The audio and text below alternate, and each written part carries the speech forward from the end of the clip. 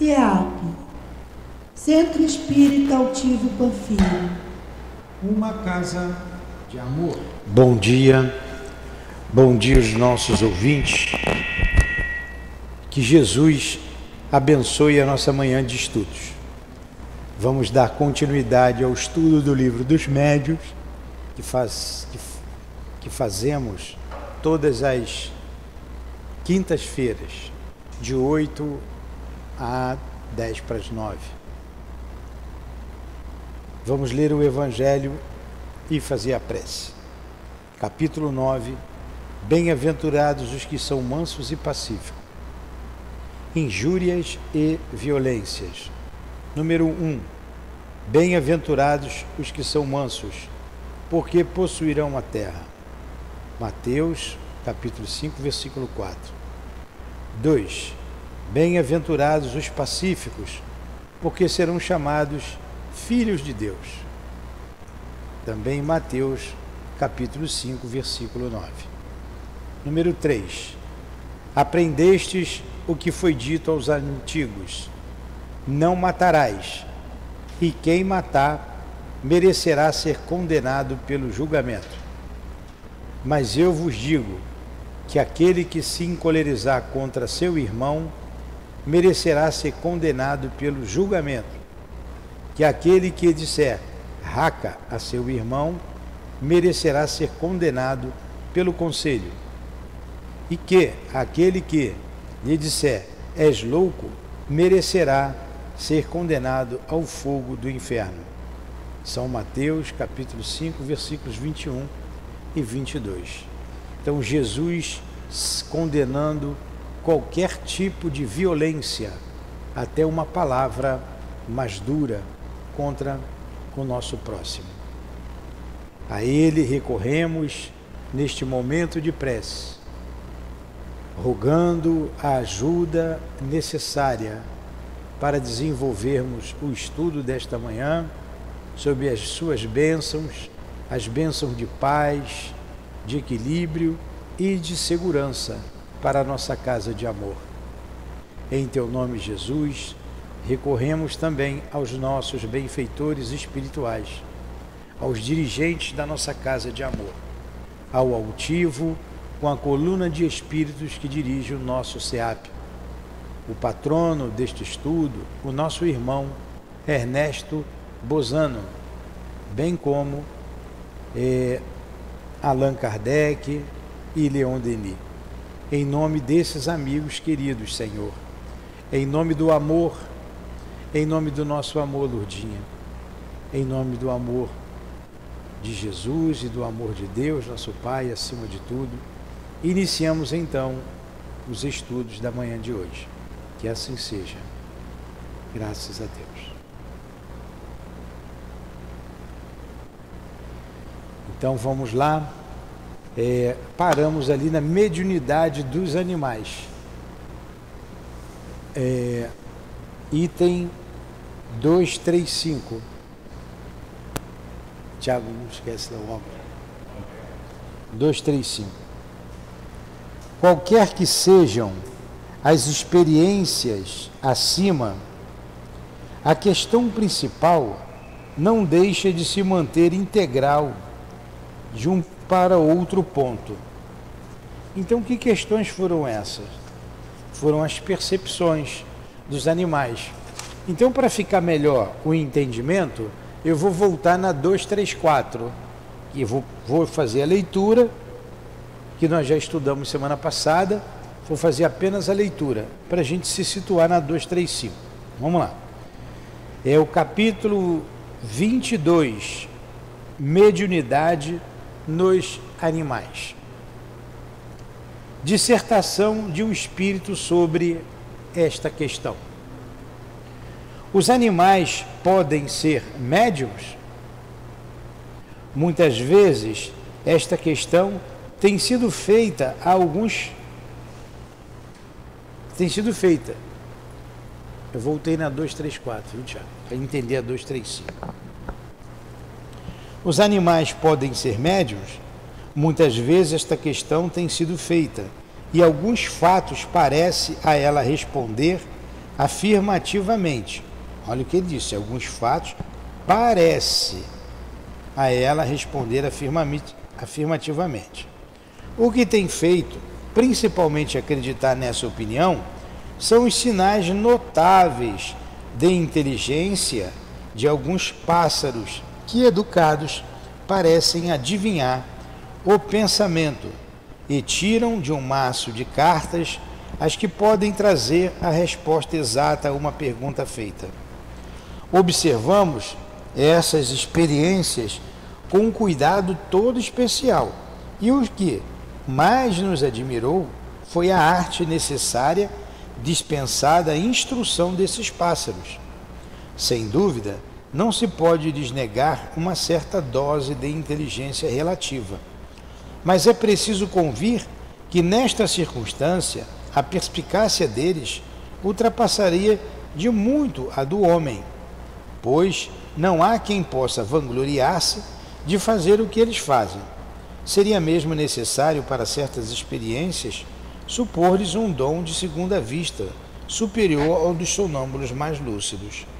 De fato, sabe-se que a lucidez é essencialmente variável e que está sujeita a frequentes intermitências, enquanto que nesses pássaros ela seria permanente e funcionaria no momento oportuno com uma regularidade ou uma precisão que não se vêem em qualquer sonâmbulo. Numa palavra, ela nunca lhes faltaria. A maior parte das experiências que temos visto são da natureza da que fazem os prestidigitadores e não podiam deixar-nos em dúvida sobre o emprego de alguns de seus meios, notadamente o das cartas inevitáveis. A arte da prestidigitação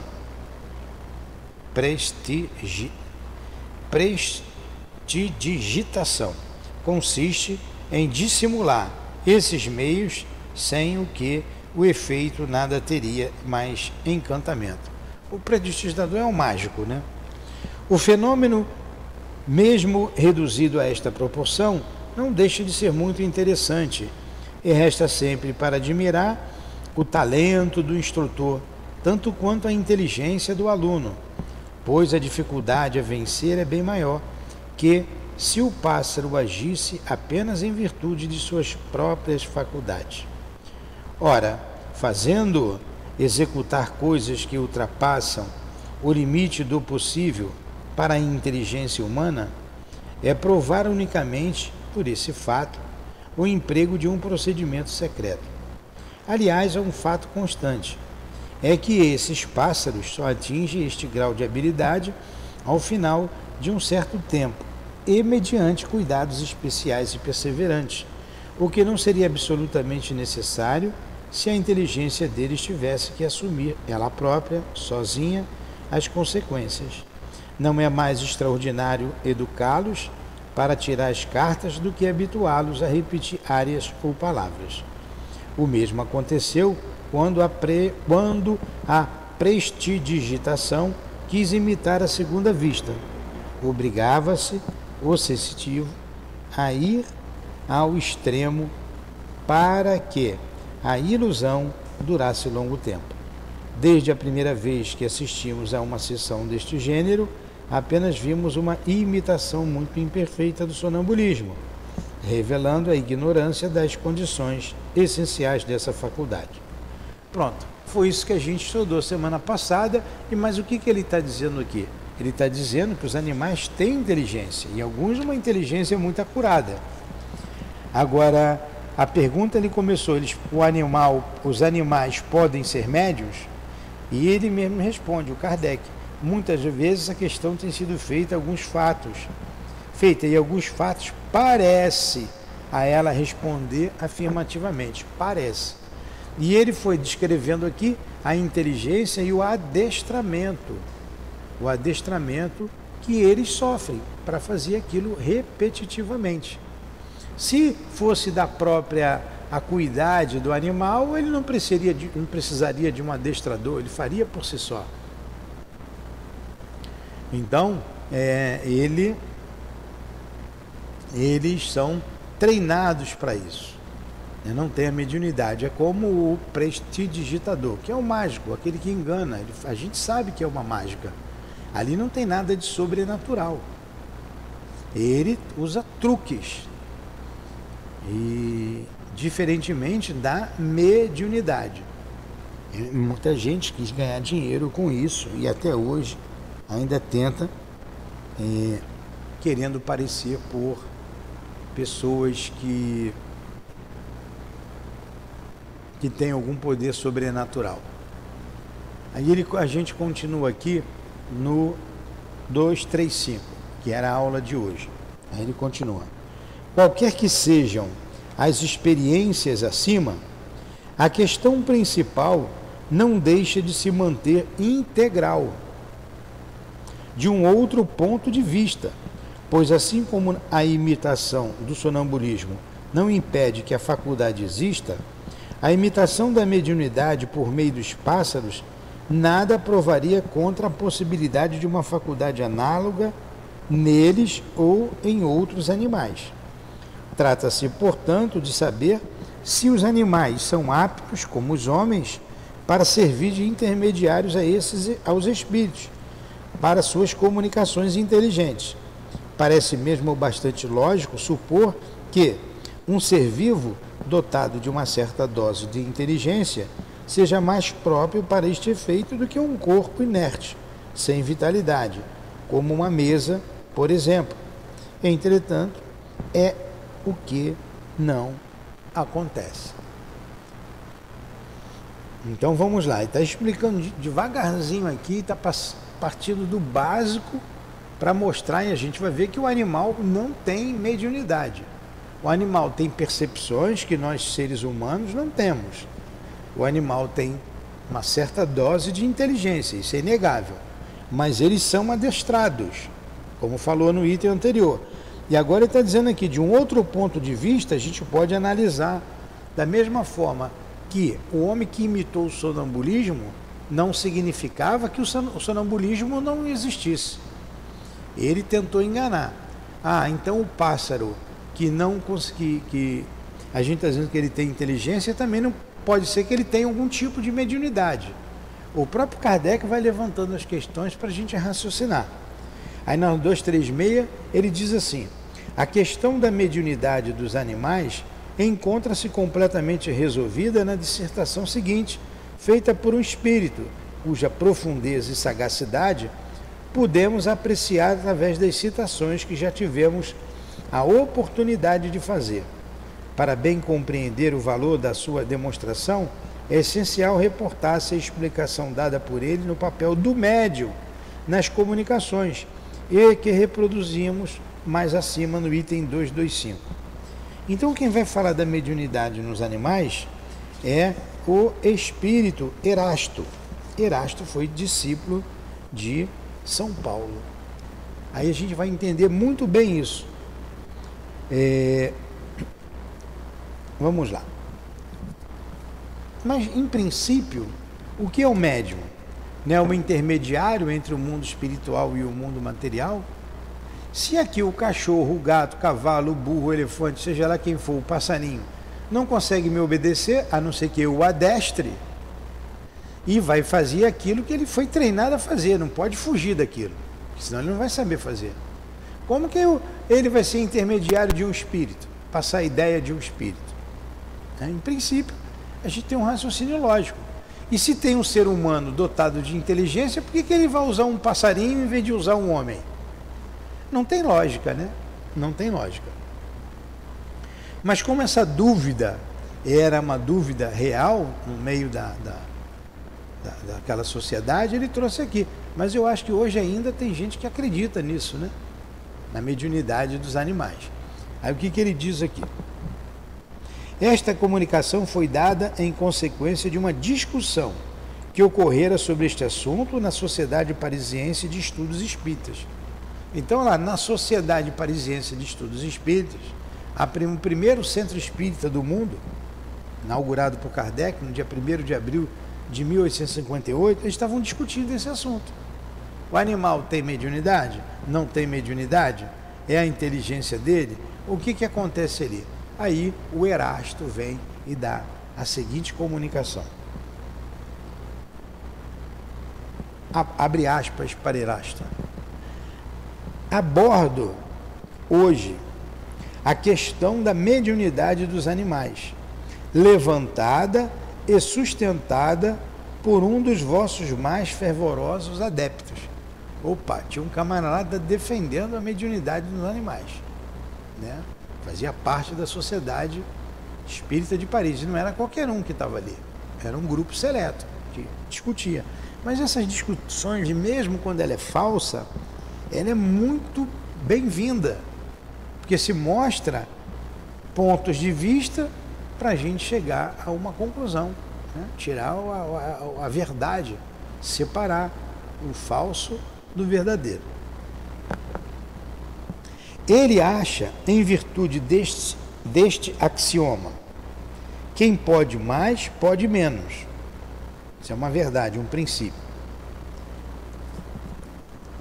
Que podemos mediunizar os pássaros e os outros animais, e deles nos servir nas nossas comunicações com a espécie humana.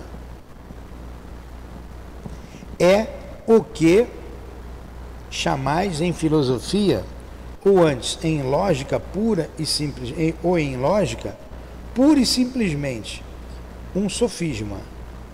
Vós, animais, diz ele, a matéria inerte, isto é, uma mesa, uma cadeira, um piano.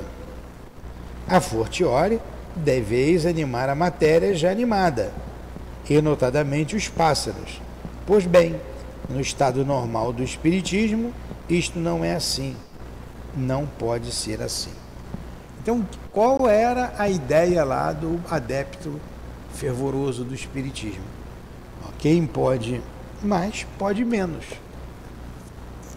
Se os espíritos respondem através da mesa, por que não responderia através de um pássaro? Não animaria um ser inteligente? E um cavalo bater no pata? Entendeu?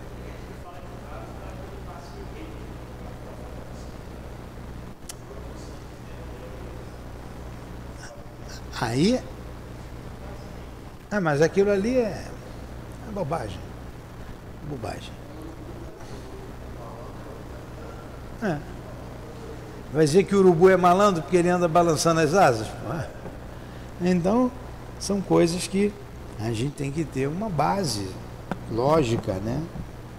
Aí ele está dizendo aqui, o Erasto, que não é assim. Não é assim. Não é assim, ó. Isto não é assim, não pode ser assim. O espiritismo não é isso. Senão é até passarinho falando com a gente aí, pô. Aí é que dizer que a gente é doido mesmo, né? Pois é. Ó, o passarinho está dizendo isso. Peraí, peixe. Peraí. Aí começa o Erasto aqui. Primeiramente, convenhamos bem acerca de nossos fatos. O que é um médium? O que é um médium? Pergunta ele. É o ser, é um indivíduo que serve de traço de união aos espíritos. O médium é intermediário, serve de traço de união aos espíritos.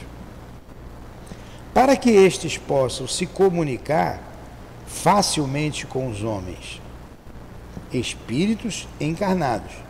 Por conseguinte, sem médium não há comunicações tangíveis, mentais, escritas, físicas, de qualquer espécie que seja. Está bem claro até aí? Tem que ter um homem como intermediário. Tem que ter. Há um princípio que estou certo disso, é admitido por todos os espíritos, é que os semelhantes agem com seus semelhantes e como seus semelhantes. É claro. O passarinho entende o passarinho. Aí tem a linguagem deles. A baleia entende a baleia. Pô, se o passarinho fala, por que a baleia não pode falar? E se a baleia fala, por que a sardinha não pode falar? Claro que eles têm uma comunicação entre eles, a gente sabe.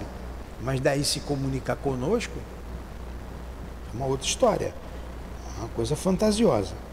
Então, ora, quais são os semelhantes dos espíritos, senão os espíritos encarnados ou não? Quem são os espíritos? Não são as almas dos homens que já morreram? Então, os semelhantes dos espíritos são os homens. Será preciso vou-lo repetir incessantemente? Pois bem, eu vou-lo repetirei ainda. O espírito aqui está zangado, hein? Tem que repetir de novo? Tem que falar de novo? Tá bem, vou falar. Vosso perispírito e o nosso são tirados do mesmo meio, são de uma natureza idêntica, são semelhantes. Numa palavra, eles possuem uma propriedade de assimilação mais ou menos desenvolvida, de imantação mais ou menos vigorosa, que nos permite, espíritos desencarnados e encarnados, colocar-nos muito pronta e facilmente em comunicação. Enfim, o que pertence ao médium como propriedade, o que é da essência mesma da individualidade deles, é a afinidade especial e, ao mesmo tempo, uma força de expansão particular que neles anula qualquer refração e estabelecem entre eles e nós uma espécie de corrente, uma espécie de fusão que facilita nossas comunicações.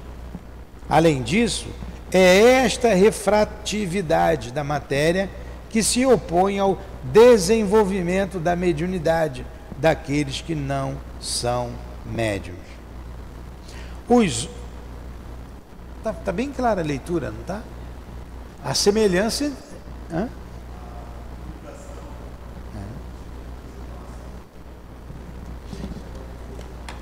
Sim. Aí você viu lá atrás, quando ele se refere a 225, a gente já viu a influência moral do médium. Poxa, a influência moral do médium, como ela é importante nas boas comunicações. E quem é o passarinho para fazer isso, para ter influência moral? O passarinho está preocupado em comer, em beber e reproduzir, só isso, mais nada.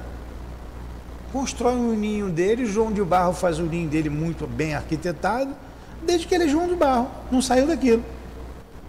Ah, ele tem uma inteligência, tinha, mas repetitiva. Se há 50 mil anos atrás, é o instinto, há 50 mil anos atrás, o João de Barro fazia aquela casa com a porta voltada contra os ventos do inverno, ele faz a mesma coisa até hoje. Agora vê a evolução humana, de moradia, de tudo, é inegável. O desenvolvimento da inteligência humana e dos animais. Os homens são sempre levados a tudo exagerar. Os homens são sempre levados a tudo exagerar. Uns, não falo aqui dos materialistas, recusam uma alma aos animais, e outros querem dar-lhes uma, por assim dizer, semelhante à nossa. Os extremos, né? O animal não tem nada, é só morreu, acabou, não tem alma, a alma só humana. Outros querem elevar, não, eles são elevados, eles podem se comunicar com os espíritos.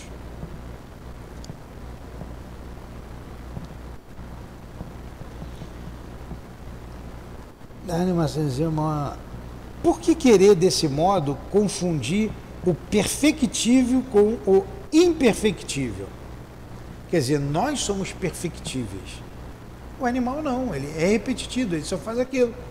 A baleia é baleia desde que ela é baleia. O crocodilo diz que é o animal mais antigo do planeta, né? Um dos mais antigos, a gente vê aí nessas... Continua o mesmo crocodilo. Mesmo jeito. Comendo os animais, montando as armadilhas dele. Tem inteligência? Tem. Tá lá.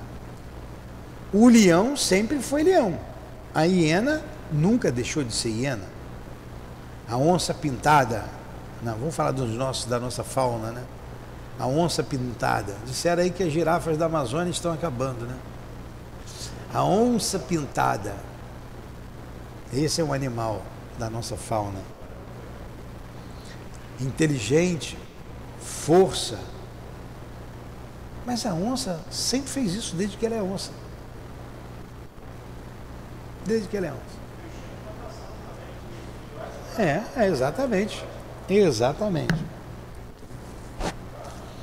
Não fiquem convencidos. O fogo que anima os animais, o sopro que os faz agir, mover e falar na sua própria linguagem, não possui, quanto ao presente, qualquer aptidão para se mesclar, para unir-se, para confundir-se com o sopro divino, a alma etérea, o espírito, numa palavra, que anima o ser essencialmente perfectível. O homem, este rei da criação. Ora, não é isto que o faz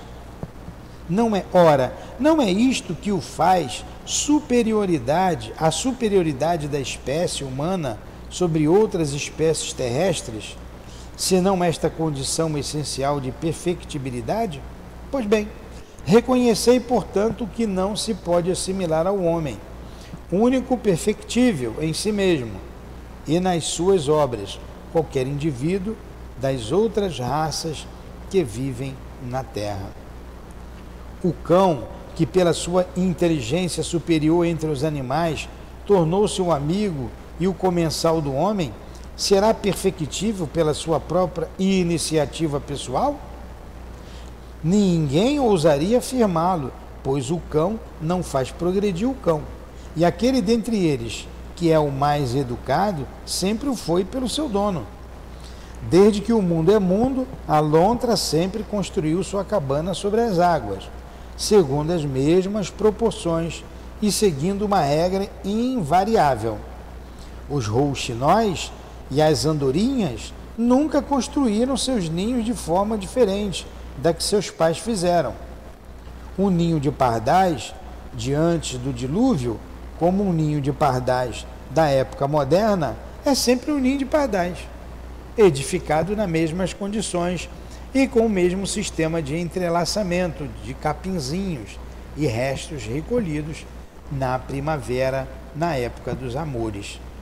As abelhas e as formigas, essas pequenas repúblicas domésticas, jamais variaram nos seus hábitos de abastecimento, em suas atitudes, em seus costumes, em suas produções. Enfim, a aranha tece sempre a teia da mesma maneira. Aquilo que a gente falou, né? Porque se você dá ao pássaro a capacidade, um animal, a capacidade de se comunicar, qualquer animal tem. Né?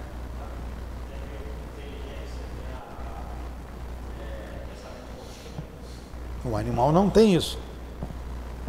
Por outro lado, se procurardes as cabanas de folhagens e as tendas das primeiras idades da terra, encontrareis no lugar delas os palácios e os castelos da civilização moderna.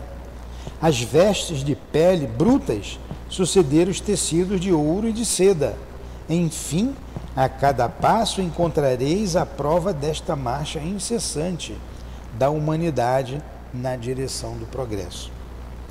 Desse progresso constante, invencível, irrecusável da espécie humana e desse estacionamento indefinido das outras espécies animadas, concluís comigo que se existem princípios comuns aos que vivem e ao que se move na terra, o sopro e a matéria, não menos verdadeiro é que unicamente vós, espíritos encarnados, estáis submetidos a essa inevitável lei do progresso, que fatalmente vos impele para diante e sempre para diante. Deus colocou os animais ao vosso lado, como auxiliares, para vos alimentar, vos vestir, vos auxiliar. Deu-lhes uma certa dose de inteligência, porque para vos ajudar necessitavam compreender, e deu-lhes inteligência proporcional aos serviços que são chamados a prestar. Mas na sua sabedoria não quis que tivessem submetidos à mesma lei de progresso. Assim como foram criados, assim permanecem e permanecerão até a extinção de suas raças. Disseram: os espíritos mediunizam e fazem mover a matéria inerte. Cadeiras, mesas, pianos, fazem mover sim, mas mediunizam não. A cadeira não fica mediunizada. Faz mover com um fluido animalizado. Dá para pegar água lá? Eu espero você. Está sequinha. Por favor, traz só o copo. Coisa interessante isso aqui, né? Que ele falou. Disseram: os espíritos mediunizam e fazem mover a matéria inerte. Cadeira, mesa, pianos. Fazem mover sim, mas mediunizam não. Então, ó, o espírito está dando resposta para ele lá. Está dando resposta. Faz mover, mas não mediunizam. É completamente diferente. É completamente diferente.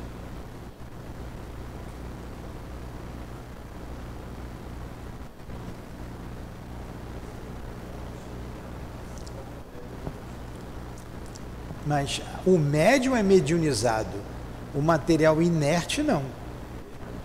Não, o espírito pega o fluido animalizado do médium e envolve o objeto e com a vontade dele, ele movimenta o objeto. Vontade e pensamento, tá? Ele não, o homem sim é mediunizado, mas o espírito, o objeto inanimado, não. Valeu, obrigado. Vou tomar uma aguinha aqui.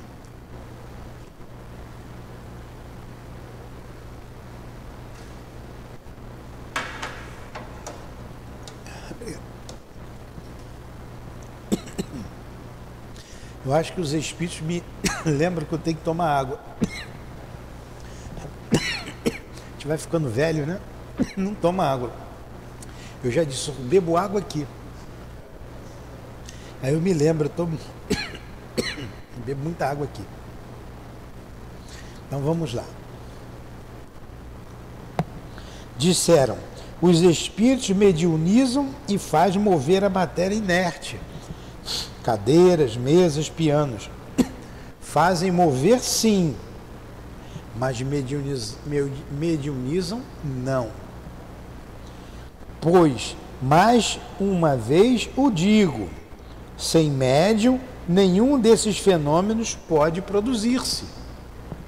Sem médium não tem a mediunidade de efeitos físicos. Tem que ter o fluido do médium para poder movimentar a cadeira. O que há de extraordinário em que, com o auxílio de um ou vários médiuns, façamos mover a matéria inerte, passiva, que justamente em razão da sua passividade, de sua inércia, é apropriada para submeter-se aos movimentos e às impulsões que desejamos imprimir-lhe. Para isto, necessitamos de médiuns, isto é positivo, mas não é necessário que o médium esteja presente ou consciente, porque podemos agir com os elementos que ele nos fornece à sua revelia, e ausente principalmente nos fatos de tangibilidade e de transporte. Então você, para o médium, pode estar ali no vizinho, ele pegar o fluido do médium e, independente da vontade do médium saber, ele movimentar os objetos. Né? Como é que Jesus se materializou? Jesus se materializou. Ele apareceu a Maria Madalena, depois ele apareceu aos discípulos. Maria queria abraçá-la e disse: não me toques, né? Porque ainda não estava completamente materializado. Quem melhor explica isso são os médios que têm experiências com materialização. Mas o pouco que a gente sabe é que tem trabalhos que você não pode tocar no espírito, só depois de um certo momento. No médium, nem pensar. Então, onde Jesus absorveu aqueles fluidos para se materializar? Quantos médios tinham em torno ali, né? e os espíritos pegaram os fluidos, levaram com Jesus e se materializou.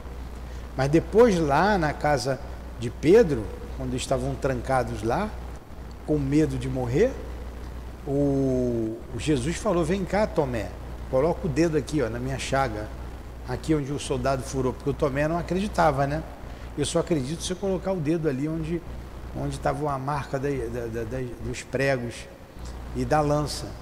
Aí ele aparece e diz: vem cá, Tomé, vem colocar o dedo, vem cá, sou eu mesmo. Aí ele podia tocar, naquele momento já podia tocá-lo, né?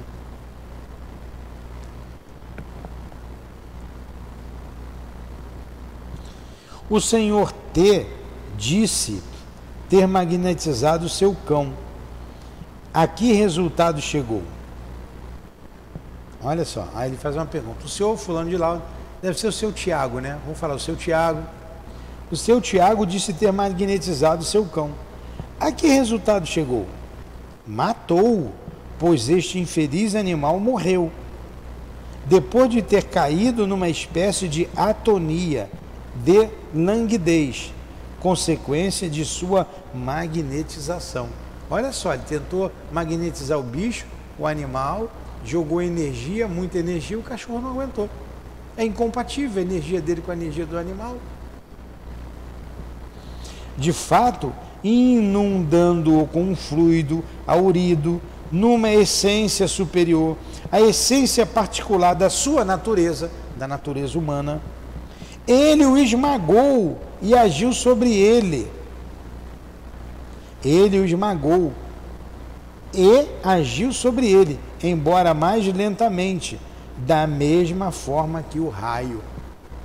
Ah, eu vou dar passe lá na tartaruguinha, se jogar muito fluido vai matar. Você pode fazer um carinho ali, não tem problema. Mas os fluidos são incompatíveis, são de natureza diferente. Ah, mas eu faço carinho no meu cachorro, ele gosta. Não, você está passando sentimento. Ele sente seu sentimento, seu carinho. Portanto, como não há qualquer assimilação possível entre nosso perispírito e o envoltório fluídico dos animais, propriamente ditos, nós os esmagaríamos instantaneamente ao mediunizá-los. Ó. Ao mediunizar o animal, a gente esmaga o animal com o nosso fluido. A natureza é incompatível de um e de outro. E o espírito sabia a experiência que o médium tinha feito com o cachorrinho dele, viu? Você mediunizou o seu animal, você está falando lá, você fez. Mas o que aconteceu com o cachorro? Não morreu? Pois é. Ele não aguenta. Que explicação que Erasto está dando, né? Devagarinho, ó. Devagarinho, para a pessoa entender. Estabelecido isto, reconheço perfeitamente que existem aptidões diversas nos animais, que certos sentimentos, certas paixões idênticas às paixões e aos sentimentos humanos desenvolvem-se neles. Você vê o macaco, por exemplo, né? Com muita similaridade aos humanos, que são sensíveis e reconhecidos, vingativos e odientos, conforme se age bem ou mal com eles. É que Deus, que nada faz de incompleto, deu aos animais, companheiros ou servidores do homem, qualidades de sociabilidade que faltam inteiramente aos animais selvagens, habitantes das solidões.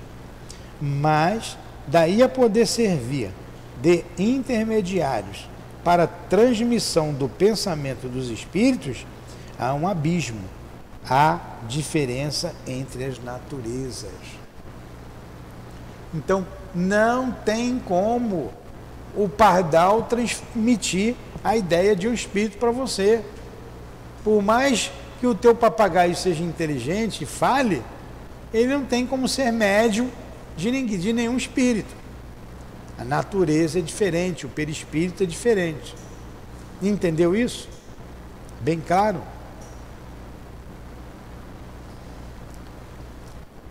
Muito bem. Terminando aqui. Sabeis que aurimos no cérebro do médium os elementos necessários para dar ao nosso pensamento uma forma sensível e compreensível para vós. É com o auxílio dos materiais que possui que o médium traduz nosso pensamento em linguagem comum. Pois bem, que elementos encontraríamos no cérebro de um animal? Se o espírito tira do cérebro do médium o que ele vai falar, e nós já vimos isso aqui várias vezes, como é que ele vai tirar do cérebro do periquito para lhe dar uma comunicação? O que o periquito tem na cabeça para o espírito tirar para passar uma mensagem para a gente? Apesar que tem uns que têm cabeça de periquito, né? Não tem. Não tem. Haverá nele palavras, números, letras, quaisquer sinais similares àqueles que existem no homem, mesmo o menos inteligente? Tem o animal tem isso, tem número, tem palavra, tem letra? Entretanto, direis, os animais compreendem o pensamento do homem, até o adivinham. Sim, os animais educados compreendem certos pensamentos, mas já o vistes reproduzi-los? Não. Concluís, portanto, que os animais não podem nos servir de intérprete. E ponto final. Então o animal não tem mediunidade. Agora, é claro, tem percepções diferentes da nossa. Sensibilidade. Um instinto bastante... Tem inteligência também.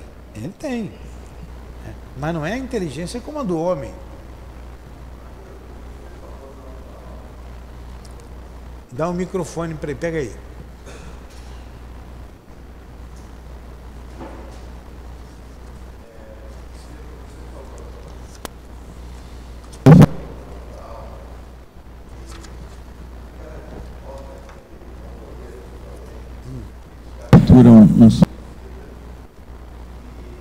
Não só suicida, qualquer espírito incauto, se cair nas garras deles, qualquer um. Certo? É. Aí você falou também que muitas vezes eles pegam uma pessoa e falam, você vai me obedecer. Você...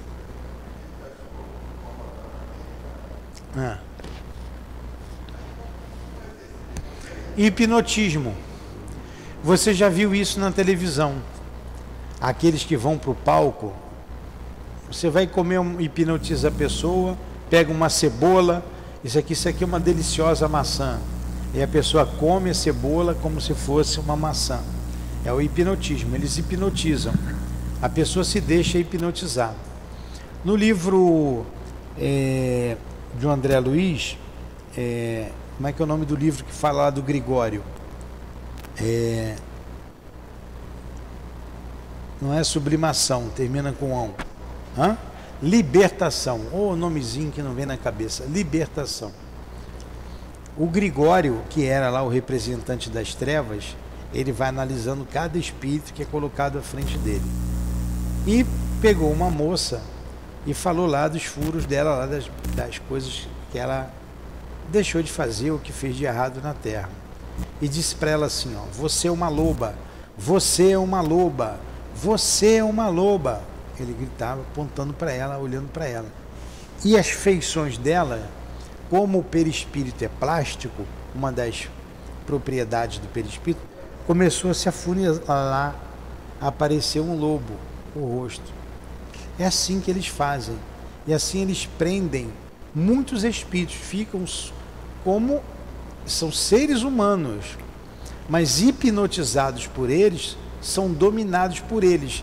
E eles fazem o que aquele que o hipnotizou quer. Muitas vezes aqui é comum, toda semana chega espírito assim na mesa mediúnica. Toda semana. Então você ali quebra aquela corrente, tem espírito que vem animalesco, com raiva, não quer assunto. E ele está com garras nas mãos. É um vampiro, e é um lagarto, estava em cima da pessoa. Tem vários assim na rua andando aí se rastejando. E você vai dando passe, você quebra aquele elo magnético entre ele e o outro, porque o outro não veio, o chefe não veio. Você, quando dá o passo, você fala, você quebra, o espírito chora. Meu Deus, obrigado, eu sou um ser humano. Nem lembrava, eu sou um homem. Aí começa a olhar para as mãos, eu tenho mãos, eu tenho rosto. Ele não é um animal, ele é um ser humano que foi hipnotizado por um outro. Entendeu agora? É o que acontece. E tem, e muito, viu? Se eu sou esses espíritos do mal, eles são inteligentíssimos. Então eu quero prejudicar você. Eu não preciso estar no seu pé o tempo inteiro. Vai levar um tempinho, eu pego o Zé Carlos, pego o Tiago, hipnotizo eles, boto eles junto de você. Deixo eles fazerem o serviço. Na hora certa eu vou lá e só pego você e trago, entendeu? E ele termina aqui dizendo, resumindo, os fatos mediúnicos não podem manifestar-se sem o concurso consciente ou inconsciente dos médiuns, e é somente entre os encarnados, espíritos como nós, que podemos encontrar aqueles que podem nos servir de médiuns. Quanto a educar cães, pássaros ou outros animais para fazer estes ou aqueles exercícios, é trabalho vosso e não nosso. E fim de papo. Que explicação, né? Essa mesma